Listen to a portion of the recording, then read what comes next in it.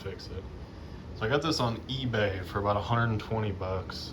It's got all the hardware, gaskets. It looks pretty legit, and the nice thing is it's got the hangers. So what you saw when it was leaking was actually a local shop replacement of that Ford stock flex pipe that failed. So I had the Ford flex pipe fail. I welded in a flex pipe, it failed.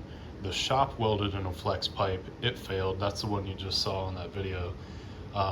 Obviously the shop kind of cut away the factory mounts. I left them in there, and it's causing the exhaust to droop, and that's probably why the flex pipe keeps failing. It's not supported well. So I found this for about 120 bucks. You can get the factory one from Ford. I think this is just called the front pipe. And the car I'm working on is a 2016 Ford Explorer, the 2.3 liter. Again, front pipe. You can get the factory one from Ford. It has like the weird vibration damper up here, but it's about 400 bucks. I'm not paying 400 bucks on a 8-year-old car, at least for the exhaust piece. So I think this will give the support it needs, so that way this flex pipe won't fail, at least not anytime very soon. So I'm gonna get it bolted up and we'll see how it looks. Yikes. Oh, okay, that's perfect. Leak, oh, wow, all right, well, there's the exhaust leak because it was hanging down. Rough. See, that's that weird damper from Ford. I don't know what's going on there, but look at the new one. It should not have any of the same issues because we got some new hangers on it. You can see it's bolted in nicely there. Got some new hangers, new rubber in the factory position, which keeps it from sagging.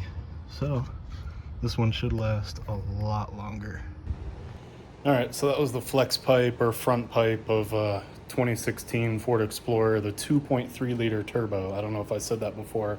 I'll put it in the description and whatever, but like I said, the dealership part was $400. The part I got, which I showed and installed and then showed you installed, was only like 120.